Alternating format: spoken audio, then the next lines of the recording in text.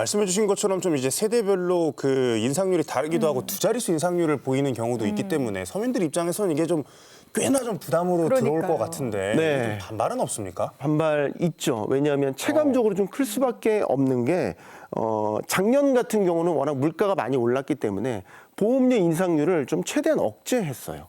작년에는 1.5% 정도만 인상을 했는데 올해 갑자기 7.5% 인상을 해버린다고 하니까 소비자들이 느끼시는 아마 체감적인 인상률은 훨씬 더 높게 아마 다가갈 것 같습니다. 그리고 또 이제 그 억울하신 분들이 평소에 병원 잘 가시지 않는 분들. 이런 분들은 본인은 별로 실손보험 혜택을 받지도 않았는데도 똑같은 인상률을 적용받으니까 상대적으로 더 억울해 하실 수 있죠. 이런 분들 같은 경우는 이런 겁니다. 지금 아까 실손보험 가입자가 3,900만 명이라고 말씀드렸잖아요.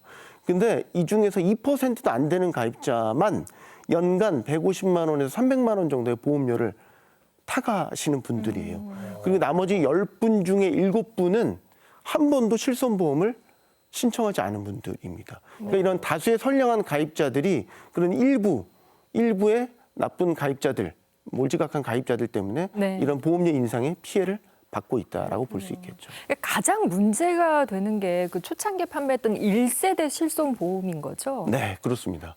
1세대는 자기부담금도 거의 없고요.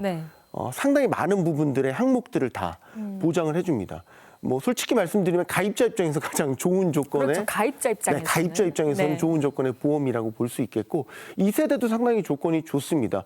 자기부담금이 최대 20%인데 나머지는 다 상당 부분 이제 보험에서 처리를 해 주거든요. 근데 문제는 이제 1, 2세대, 9세대 보험이라고도 하는데 이 1, 2세대 보험이 말씀드린 것처럼 건강보험 재정 적자의 주 원인, 주범이기도 합니다.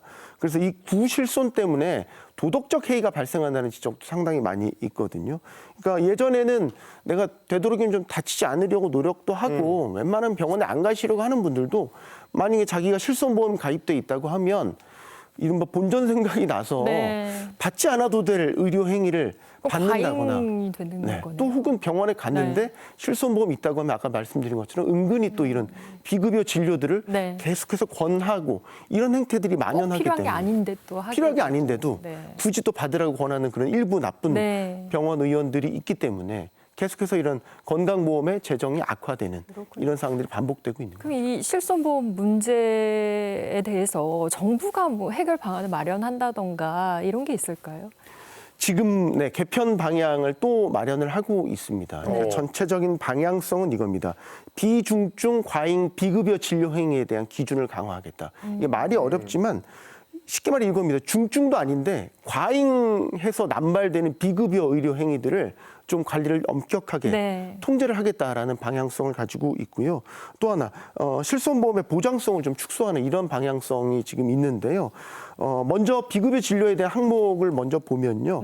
의료기술 재평가라는 걸 합니다. 그래서 이거는 치료 목적이라기보다는 미용 목적에 가깝다. 뭐 이런 의료 행위들은 실손보험 보장 항목에서 뺀다라든지. 그러니까 까다롭게 하겠다 이런 그렇죠. 얘기예요. 까다롭게 횟수를 제한한다라든지 연간 한도를 정한다라든지 이런 식의 엄격한 잣대를 들이대겠다라는 것이고요. 두 번째 이게 또 저는 상당히 중요하다고 생각하는데 본인 부담금의 비율을 건강보험과 연동을 하는 거예요. 우리가 건강보험을 적용을 받을 때도 자기부담금이라는 게 있습니다. 그래서 건강보험도 아까 자기부담금 있다고 말씀드렸잖아요.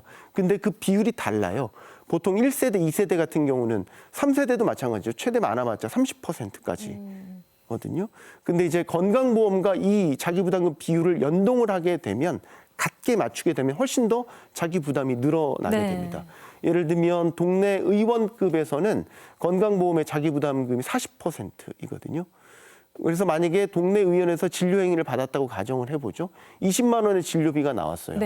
20만 원에 40%면 8만 원의 자기부담금이 나오지 않습니까? 이 8만 원을 만약에 실손보험 청구를 해본다고 생각을 해보죠. 그럼 자기 실손보험의 자기부담금이 20%인 분들은 8만 원의 20%인 16,000원만 자기 부담을 하면 나머지 64,000원에 대해서는 보험금으로 돌려받는 이런 구조였죠.